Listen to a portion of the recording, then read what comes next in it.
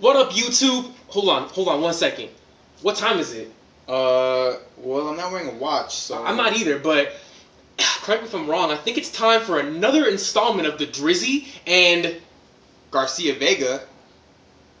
the Drizzy and O show. The Drizzy and O show. That's right. So, another installment of that. We brought you Volume 1 last week. This week, we are bringing you Volume 2. That's right. So, what we're going to do today, we have Card of the Week planned, and we also have discussion, like we promised you last time. So, what's our discussion going to be about? Well, as we know, Yu-Gi-Oh! Community Nationals, right? Nationals. Do you know what took Nationals? Something... let me give you a hint, okay, because hit me. It wasn't Dragons, okay. It wasn't Insectors. Then what was it? It wasn't Dino Rapid, it was... Lightsworn? Good guess, but it was Wind-Ups. Wind-Ups took Nationals. And that has me wound up. That was a kind of good correlation between that. I'm kind of wound up about that too, now that you mention it. So, obviously, Tyler Chapman, I think that's what his name was, is congratulations on your top, on winning Nationals, actually. That's a huge feat. I think it is. Hey, you one-upped me. One-up to me, too. But what I want to talk about today is not necessarily him as a player, because I don't know him, but whether wind-ups require skill or not. Well, let's go through the main cards. Wind-up Shark. Special summons? Special summons, correct. Okay. Wind-up Hunter. He's the one that does the loop. Okay, and now... You got Magician, which gives another one from the deck, and then you have Rat that you turn to defense to get a card. But my question is, if wind-ups are doing so good, why aren't they topping in Japan? I don't know. Maybe because, well, they don't have Shark, and they don't have Rabbit. The two most busted cards in the deck. So why do we get all the best cards, and they're left with the worst cards? Well, I mean, the wind-up decks are still kind of topping. They're using, like, Instant Fusion and Gillosaurus, and they're not really topping. It's actually kind of... So, do wind-ups require skill? I think... I'm going to say no. I'm not going to speak for both of us. I'm going to say no, and this is the reason why. Because the deck has one move. And what move is that? One move only, and that's the loop. The loop. It's, Magician, Special Shark, you got Factory, Loop. It completely takes your opponent out of the equation. Now, given all the best decks typically do the same thing, right? They have the same kind of move, about 3 or 4 moves. Dino Rabbit, you get Lagia, you set a couple back row, you go Tour Guide, Chaos Dragons, spam a bunch of powerful dragons, Dark Worlds, discard, pop, search, all that good stuff. But the thing is, wind-ups, if they don't loop you, 95% of the time, they lose. They don't win. So, well, that leaves you to say, what other than a loop, what do they have? What do they have? They won't be ran at Worlds because they don't have Shark and they don't have Rabbit. So you won't see them at Worlds. And they don't have Tour Guide either. Right. So, in my opinion only, I'll let you have your piece. Okay. Wind-ups do not require skill. It takes your opponent completely out of the game. Completely. I mean, at least let me play a couple cards, but wind-ups, no skill. No skill, no intelligence, no innovation. So how do you win? I mean, you get just hope to draw a Veiler, hope to draw a Max C. And what gets me on that thought is someone said, well, I think wind-ups require skill and thought, and that's why I decided to run it at the Nationals.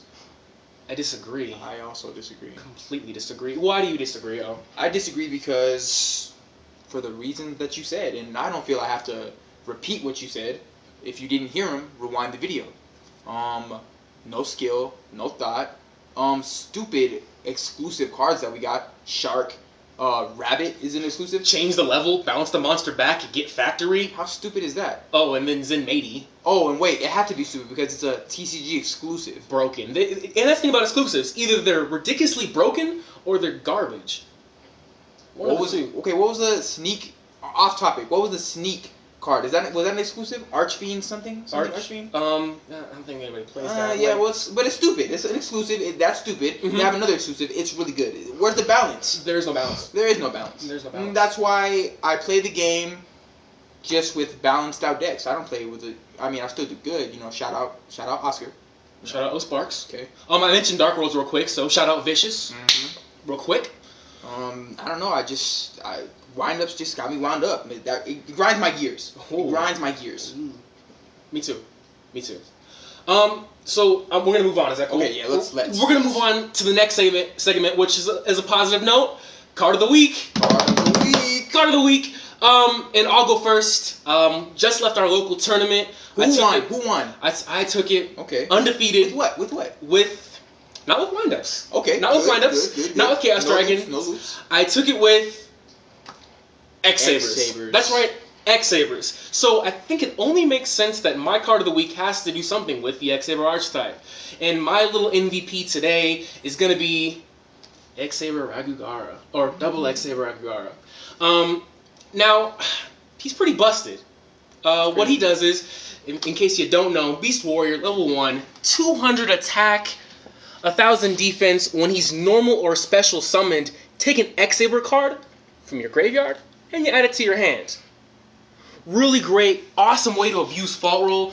I found myself in constant situations where bring out Raggy, I already had an X-Saber on the field, bring out Fault Roll, exceed crazy for Gatomes, tribute this guy off, get him back with Fault Roll, bam, get him back, there's Fault Roll, and the nonsense just doesn't stop.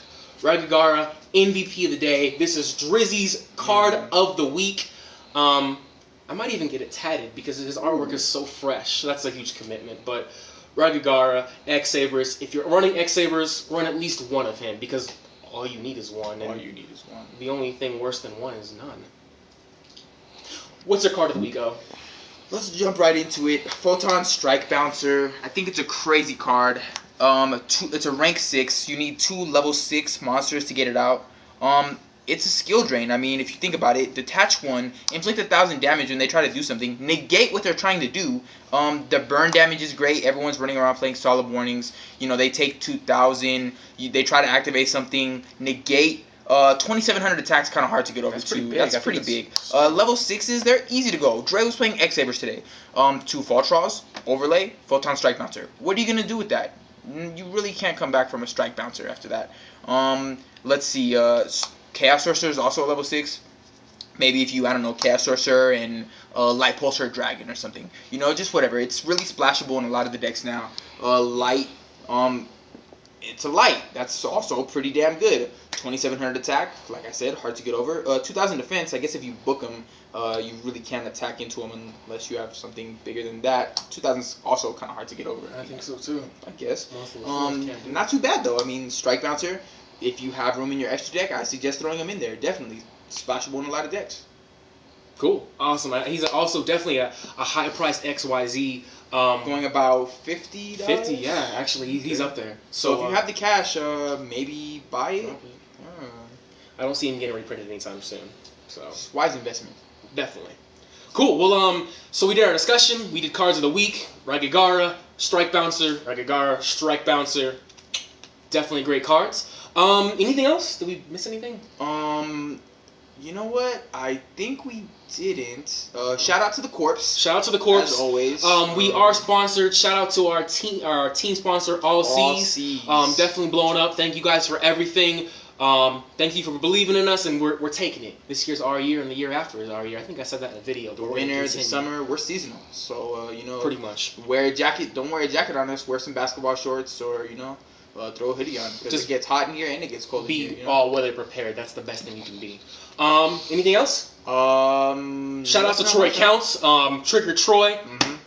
Awesome job, man. Thank you for recording the video. Appreciate that. Why don't you get a little shot of your face in there? Let the lady see you. Maybe next time. Next time. So we'll wrap it up. We'll bring you Volume 3 next week. Drizzy and O signing off. Get down or lay down. Oh, and make sure it's nice and soft too. For me. Peace, YouTube.